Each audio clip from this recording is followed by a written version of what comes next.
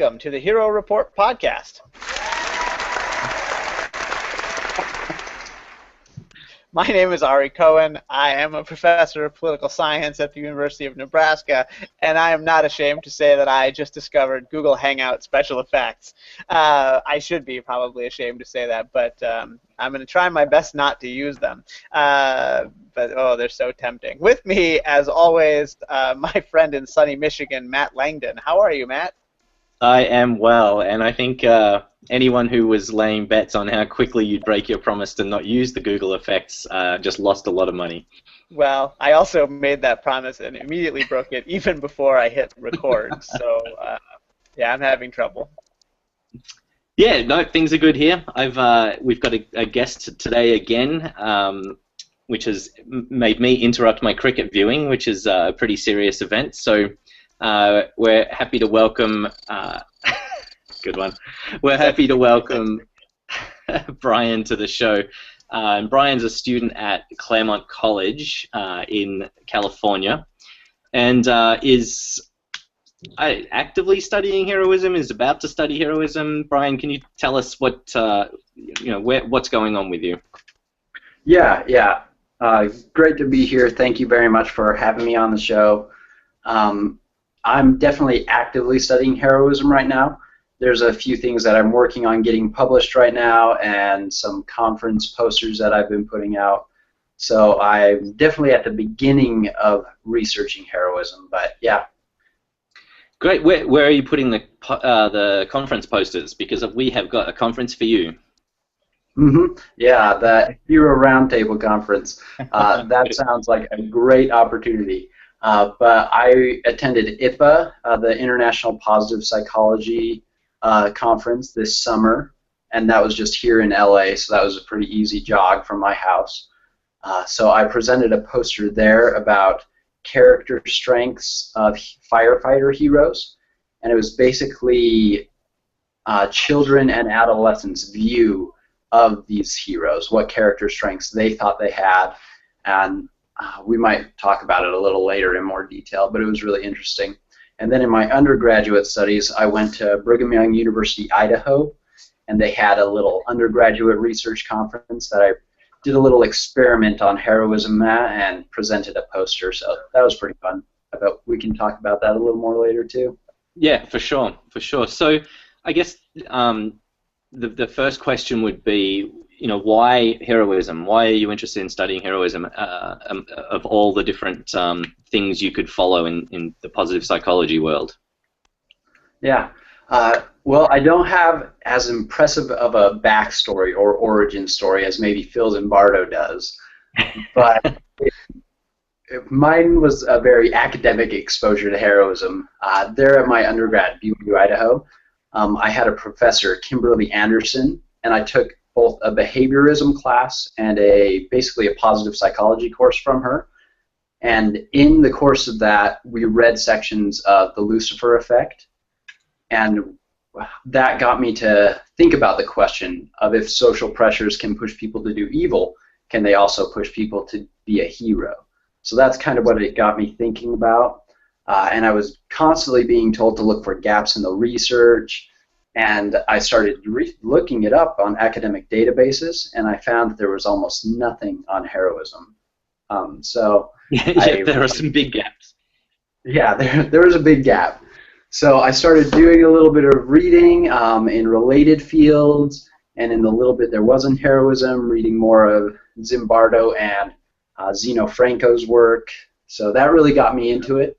And then I did a little experiment there at BYU, Idaho, about whistleblowers, and that kind of took it off. I really enjoyed it. I love research. I love reading research. It's a lot of fun, and it feels kind of like we're on the cutting edge of maybe not completely a new field because it's been touched on by so many different subjects, but that's kind of what it feels like to me, so it's really exciting. Yeah. So in reading the excerpts of the Lucifer Effect, were you reading? What do you think drew you to the banality of heroism rather than the banality of evil? That's a good question. We lead with easy questions. Later on, we'll ask you about your favorite hero dog. Mhm. Yeah, I've seen you guys' discussions about that hero dog. I would say, as interesting as the banality of evil is, and how exciting those experiments are, and how fun it is to watch those kinds of things on whatever shows that they do, it's a lot more interesting to see people doing good actions to be heroic. I don't know if you guys have heard of Hate's work on moral elevation, but seeing a moral elevating act, someone do something good or altruistic for someone else, will give you kind of a good feeling, basically, and inspire you to go out and do something good yourself. So I think it was probably a lot of that. Hearing stories of heroes, seeing that there's so much to be done versus the banality of evil. It's kind of been driven through social psychology a whole lot, and I couldn't really find many gaps in the research, at least not as big as heroism. So it was more interesting, I guess, and there was a lot more to be done on heroism. So what, just maybe a summary of the best or most interesting stuff that you've read since then. So where have you gone? Where have you found the information that maybe spurred you on to continue the research? Yeah, definitely. So still a lot of Franco and Zimbardo's work on heroism was really where I started, and I think that's really essential for anybody getting into researching heroism. But also, I get a lot, because I am a developmental psychologist, positive developmental, I've got a lot into moral development from like Colby, Damon, and even Kendall Bronk.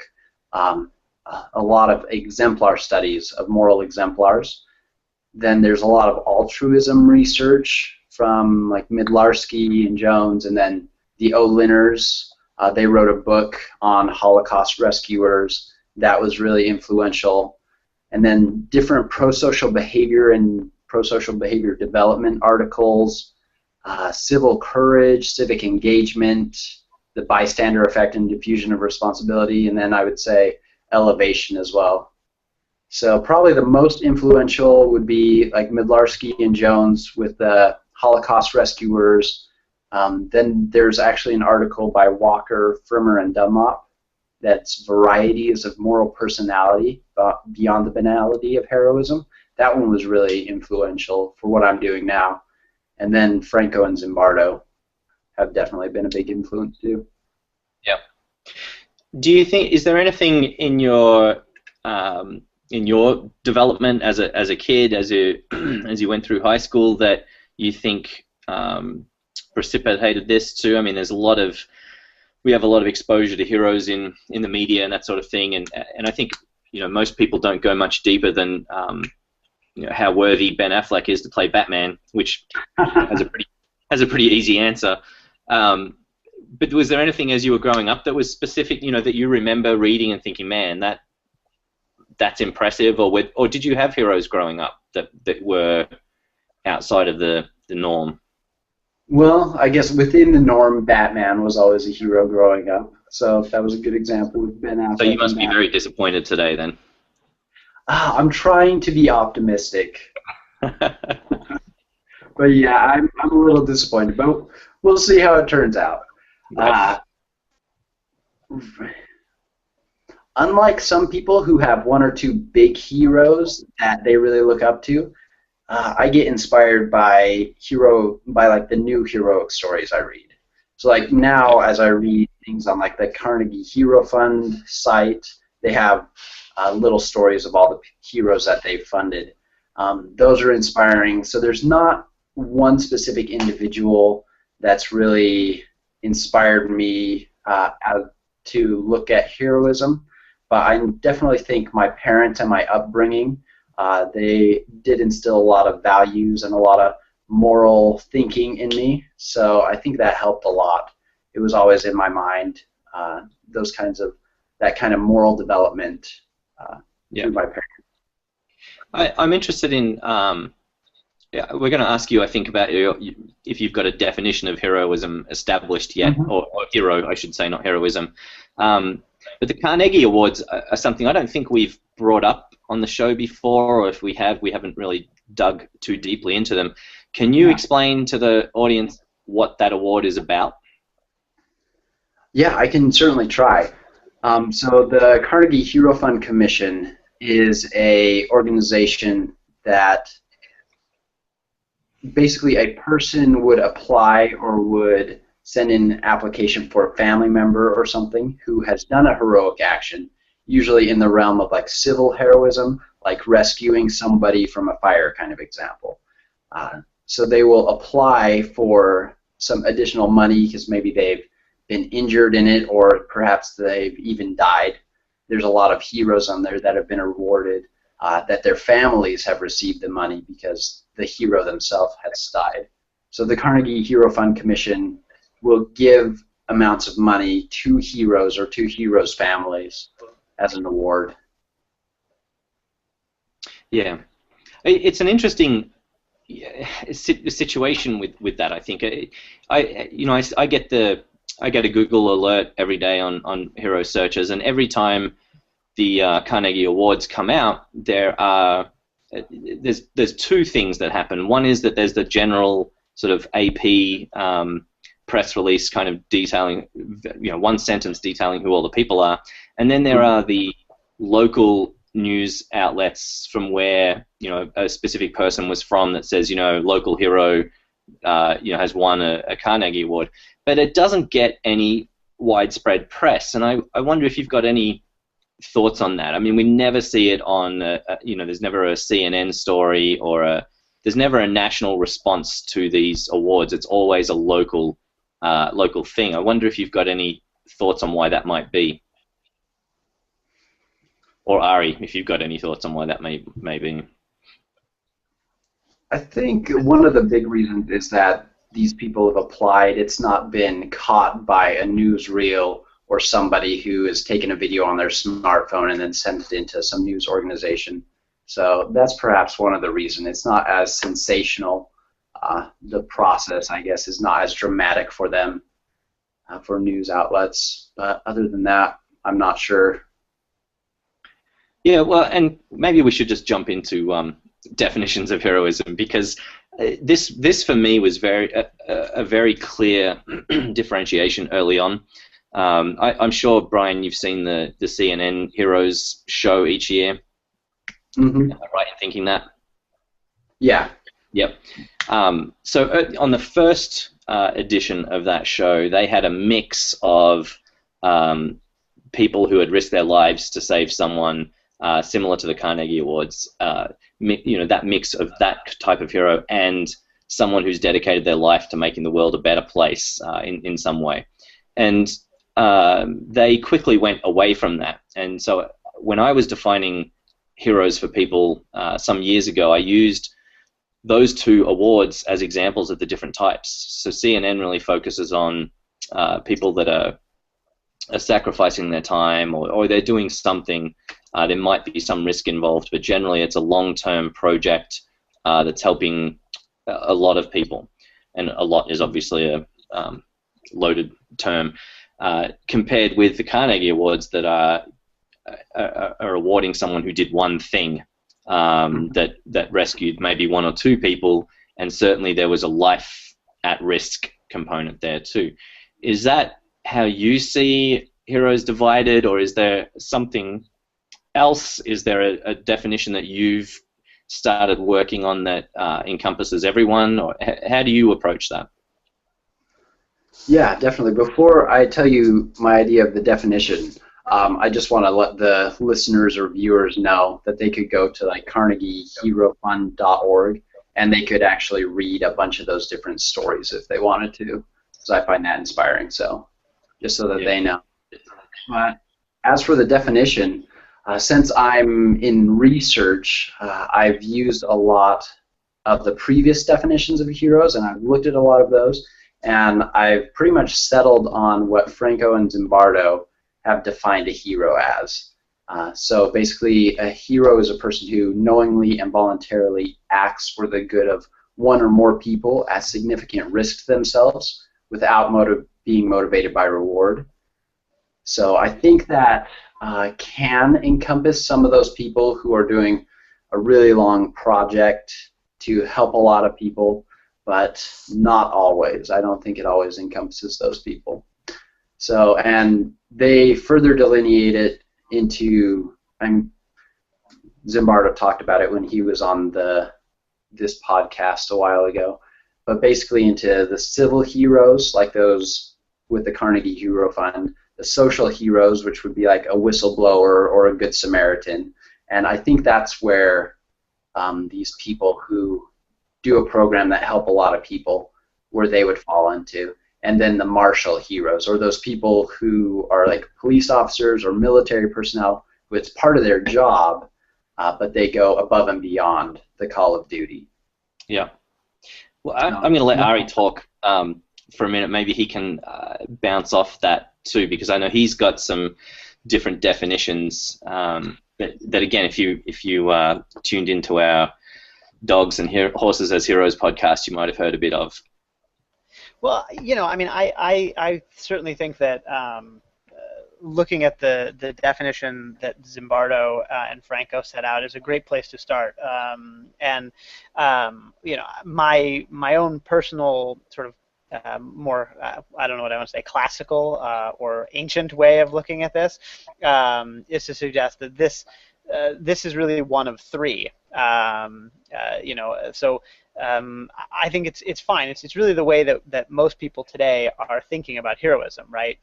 Helping somebody else, like a connection with altruism, and that really is kind of the way that we think about heroism today, for the most part, right? When we're thinking about kind of what do we want to call it, moral heroism or something.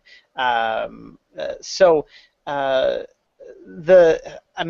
think this might take us back actually to where we started. I hope you don't mind. But I'm curious, Brian, you mentioned sort of experiments that you were interested in, or maybe that you conducted yourself, and I'd be curious to hear about sort of how this definition plays into experiments and things like that. Yeah, definitely. I think it's a good operational definition. It's an easier way than some of the definitions to decide who is being a hero and who's not. All you've got to decide is there a significant risk to the people? So it can be a little subjective, but not as much as maybe other definitions. Mm-hmm. So I'll give you a little rundown of the experiment that I did in my undergrad. So we took two groups, a control group and an experimental group. I gave them a fake IQ test, because they don't know what a real IQ test looks like. So I gave them a fake IQ test with questions just randomly pulled off the internet. And for the experimental group, they had a few questions about heroes. It never said like the word hero or anything like that. It would give an example of maybe rescuing somebody from something, and then another one that talked about whistleblowing. So it was there to prime them, to inspire the heroic imagination, if you will. And then after this IQ test, we had them play a game of darts on a team, and all the people in that room that were playing against them or with them were Confederates. So they had a teammate who was in on the experiment, and as they played the game of darts, they were winning cash. So they were putting cash in their pile, the other team was putting cash in their pile, and the Confederate, their teammate, would start to steal money from the other team or from the pot that everybody's pulling from. And so we were looking to see who would stand up to this person or go up to the experimenter in the room and reveal this, basically blow the whistle on this person after being primed for heroism. And we found that there was a more significant number from the experimental group that acted heroically. So it was pretty exciting. So basically with the definition there, it was voluntary. They weren't pushed into it. They had to act for themselves. A lot of people didn't act heroically, but they had to put themselves at that social risk, that feeling of being uncomfortable, that feeling of going against their teammate and kind of being a traitor. And then also the Confederate that I had as the teammate, he was kind of a big guy, so they could have maybe even a little bit of physical fear for themselves. It's interesting, you know, that you've shown just by priming you can influence heroic behavior. I wonder what your thoughts are on the teaching of heroism. Have you encountered any of it? Have you thought about how to make that happen? Yeah. Yeah, definitely. I think the teaching of heroism is really where I want my research to go in the future. And I think the programs that you're doing, Matt, and like the Heroic Imagination Project are doing are really great. The only thing I think they're lacking is that bit of research to back up the kinds of things that you're teaching. I just feel like there needs to be more research to back up the things, to narrow down exactly what's the best motivation. And I think you, Matt, are going through some evaluation processes on your programs, which I think is exactly what needs to be done for teaching of heroism. Yeah, and I'm actively trying to make that happen. I've had one project just finish, and it'll be published either at the end of next month or start of October. But I feel like, man, if I showed a school that project that you just did, and said, you know, all that's been done here is you're priming the kids. Imagine what we can do if we're actively teaching the kids. That seems like a perfect piece to provide, right? Yeah, maybe I should actually publish that one rather than just at a little conference. So yeah. Well, I could certainly use it. But yeah, I think for where I want to go in the future and what I'm doing now with my research is find out the kinds of character strengths, emotions, and also personality traits that really drive heroic action, and the different kinds of heroism. So civil heroes versus social heroes versus martial heroes. Because a certain business that you might want to teach the employees, you might want them to be social heroes rather than civil heroes. So, I mean, there might be differences there that you want to bring out.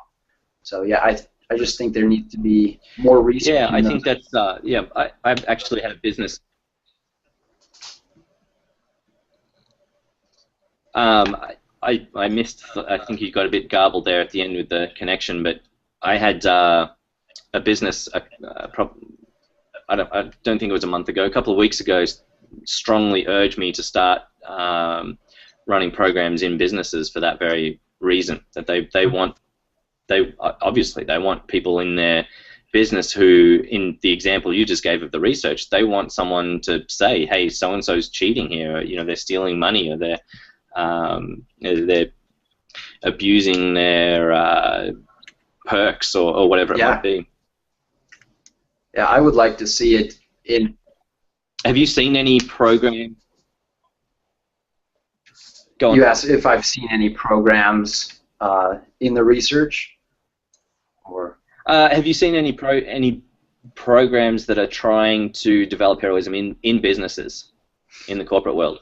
I haven't seen any trying to develop heroism by that name, but there's definitely a lot of character development programs that are going to like businesses and things like that, that are developing different character strengths. So I think it ties in, but they're not focusing on heroism or using that idea of heroes as kind of the selling point. I had a long conversation with Phil Zimbardo yesterday, and we were talking about the conference and what his role is going to be there, but also started getting into this idea of character traits and heroism, and he and I have said to people separately that I think heroism really is those character traits under duress. It's somewhat easy to, and my experience here is obviously in schools, to develop a character building program and say, yeah, we've done all this stuff, these are our core values, and so all of our kids are respectful, responsible, honest, and caring.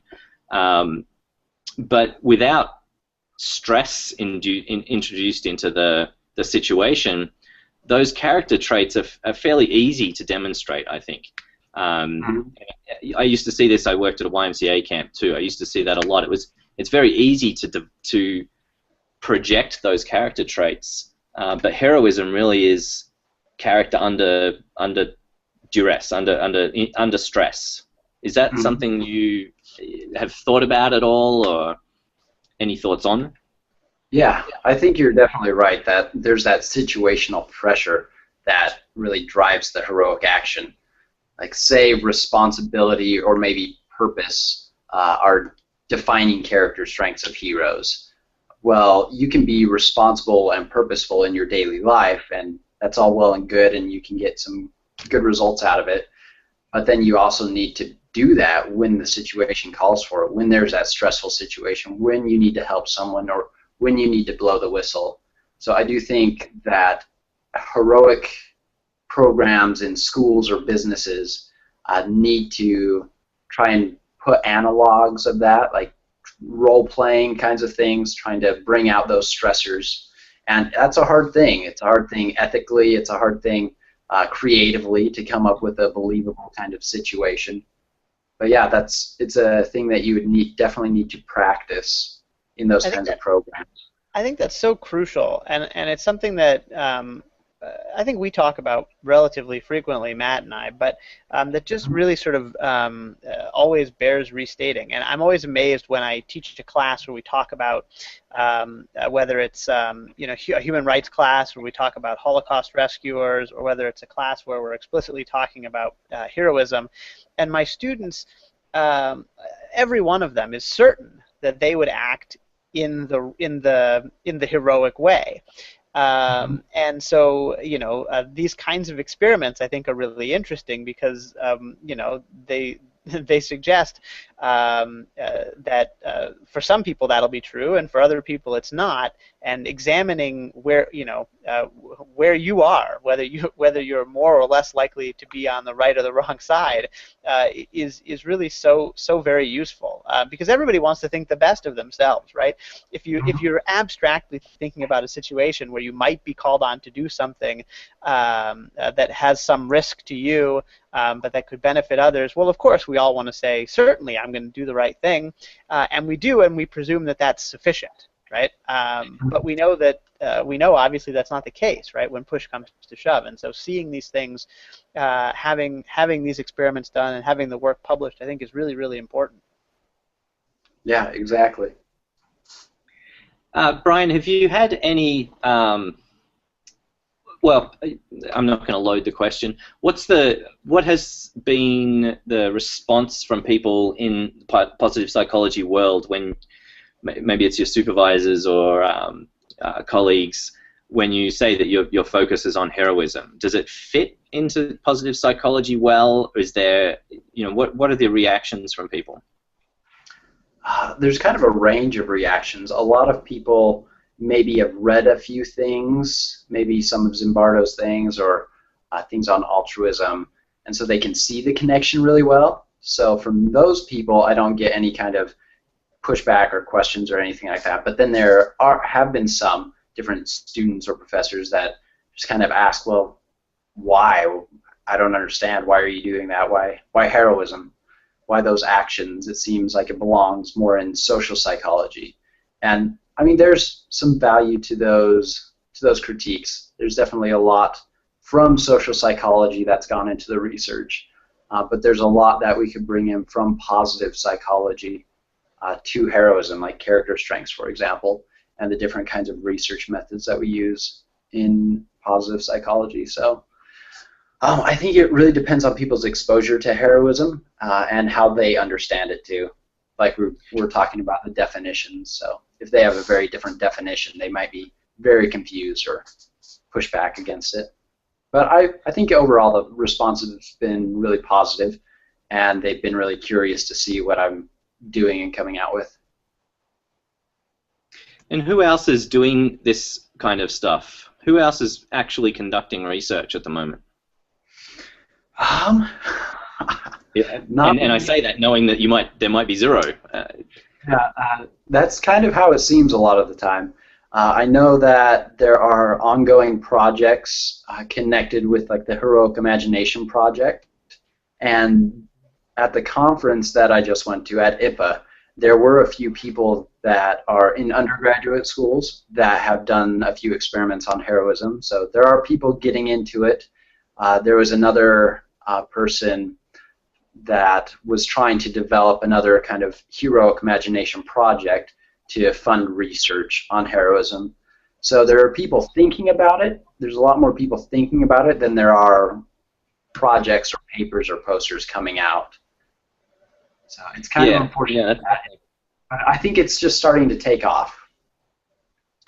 Yeah, well, and that's certainly why we're having the Hero Roundtable, and I really hope you can make it. I know there's definitely interest there from you. It's making sure you can actually do it, afford it.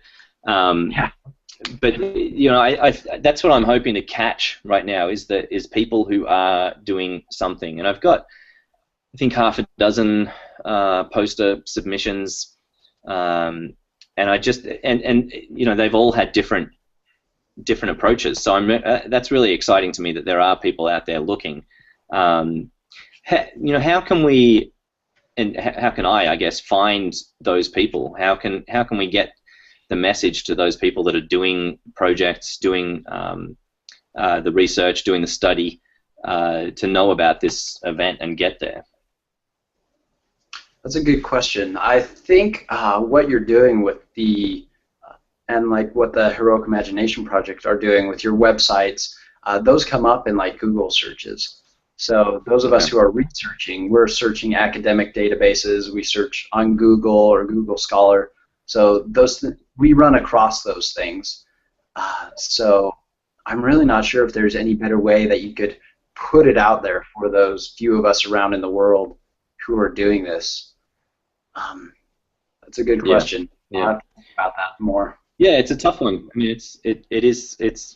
it's tough to find out who all those people are. I mean, I only encountered you through sort of randomly encountering Sam Sperlin as well. So it's a kind of an accidental system at the moment. It's just people that I bump into, in person or virtually that I can get the message out to. Yeah, and I think perhaps that might be the best way to do it right now. Yeah, right.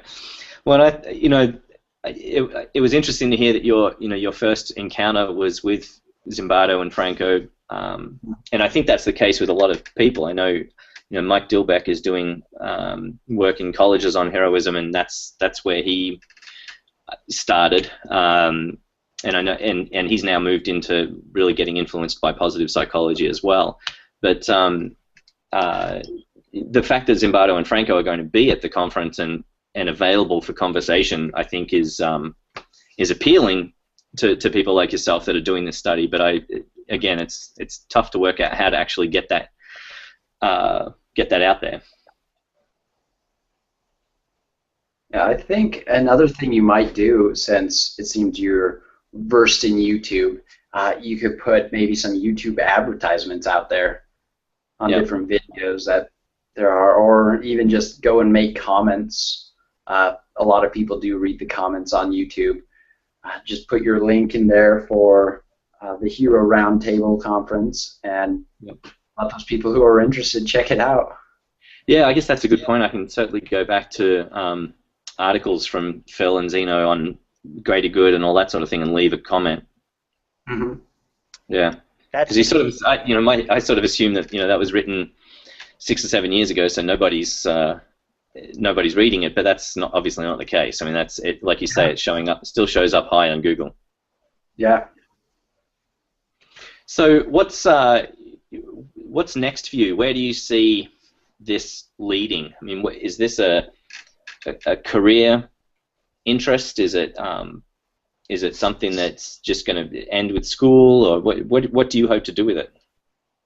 Well, I certainly hope to build a career out of it. I guess it really depends on the response from the public and from journals for the papers that I write.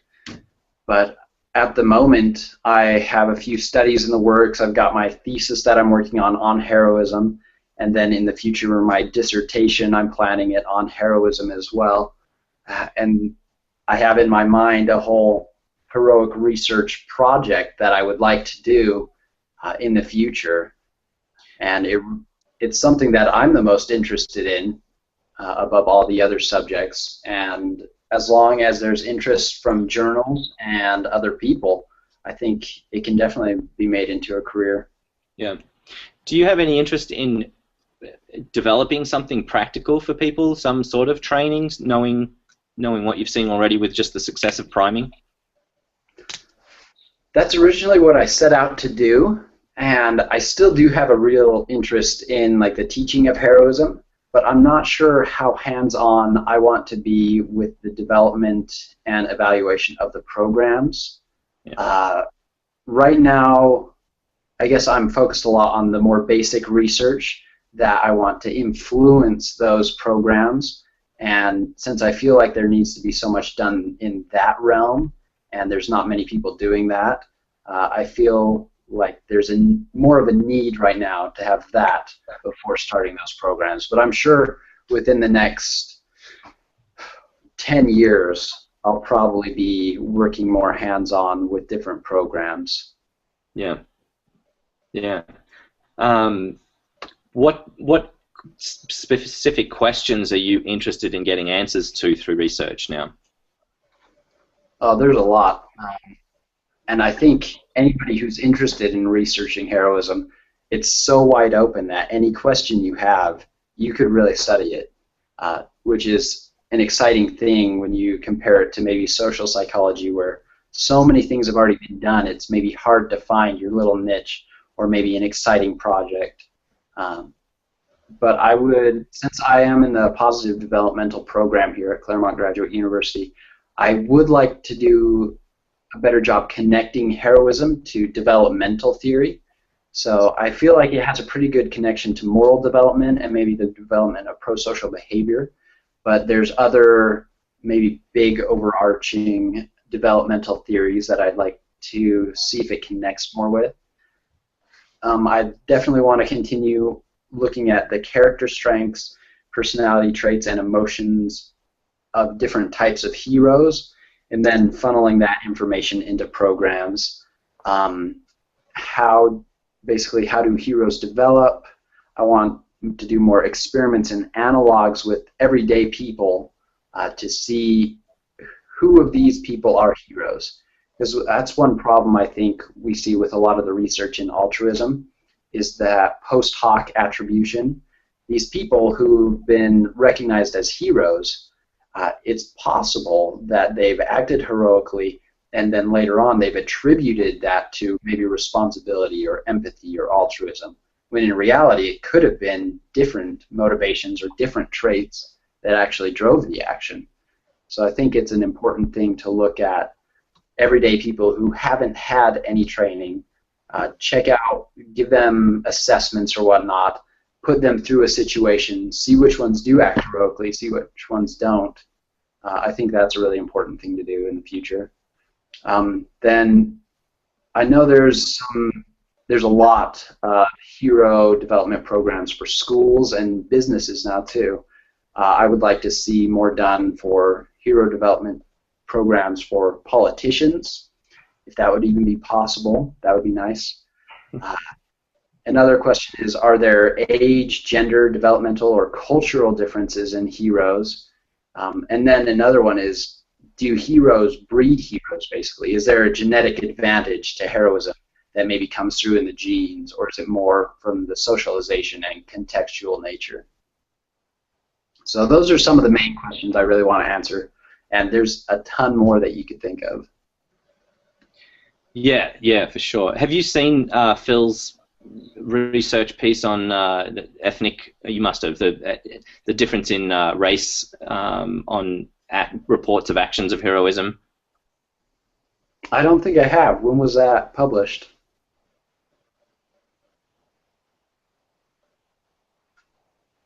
I feel like it was a couple of years ago, and he's just got something else published using that or referring to that data as well. But he was seeing a lot higher report of like multiple levels higher in Black and Hispanics than in whites, and broke it down into suburban and rural and urban, I think, as well. So he wants to go back to that. So I might, after this show, I'll email an introduction to you, to Phil, and just you can talk to him about what you're currently doing and what you're interested in doing. He might be able to pair you up, or help you make that happen too. Yeah, that would be fantastic. I know I've had a little bit of email correspondence with him in the past during my undergraduate time, but I didn't have anything behind my name, basically. So yeah, that would be fantastic. But I do remember that article now that you describe it. Okay. Yeah, it's very interesting stuff, and we talked about that a bit yesterday as well. And he definitely wants to go back to that and take away some of the pieces that might influence that data and try again. So. Yeah, Ari, have you got? We're getting close to the end of our time, so have you got anything you want to jump in with here? I feel like I did all the talking today. No, that's fine. I'm just listening with interest. I mean, my appreciation for this kind of work is very high. My knowledge of it is very low. So, I mean, the thing that strikes me is just how exciting it is to have people who are just kind of starting their academic careers, really, but who are filled with ideas that I think will really push the study of heroism in some really exciting directions. Really positive directions. I think the fact that heroism has been so handled so squishily lately, or not lately, for a very long time, I think really lends itself, the topic lends itself now to a kind of more rigorous, systematic kind of study. So it's really, for me, it's really good to hear all of these ideas sort of pouring out, because anytime you add this kind of rigor, I think that you're doing us a real favor, right? It allows us to think a lot more seriously and in depth about this topic that we all think is really important. So I'm just very I'm really interested to see the results of the stuff that you have already done, and to see where you go in the future. Well, thanks, and I can definitely send you maybe a link to the different posters. I'll put them both online and then send you guys a link to those different posters that I've done so far, so you can take a look at them. Yeah, that would be great. Yeah, if you could do that this weekend. We put the show up on Monday, so I can link to those in the post that we put up. Yeah, I can get that done later today. Great. Well, Brian, thanks very much for coming on the show. As Ari said, it's really great to hear someone is doing so much thinking and studying and putting the rigor into this that is going to help all of us. I think certainly help me justify my existence to schools. So thanks for coming on. Thanks for taking the time, and we really hope to see you in November at the conference. Yeah, well, thank you guys for letting me come on and for the work that you guys are doing, because I feel like a lot of people, once they realize there's not very many people working on heroism, they get a little discouraged and they kind of drop out of it. But you guys have kept with this for so long and you're dedicated to it. It's inspiring, and you're good resources to gather information from and bounce ideas. Thanks. Well, on that a note of mutual congratulations, I think we should stop. I would actually, before we stop, I'm going to congratulate myself for just turning off the sound effects. I haven't even looked at it this whole time. I've been so interested in what we've been talking about. I can't make the same promises for next week when we may have another guest, or worse, it may just be Matt talking to me. So if you enjoyed my sound effects at the beginning, you'll want to hurry back next time. But There it is. Thanks, Matt. Thank you again to all of you for listening. Thanks to the two of you for such an engaging conversation, and we'll talk to you soon. All right. Bye. Bye-bye.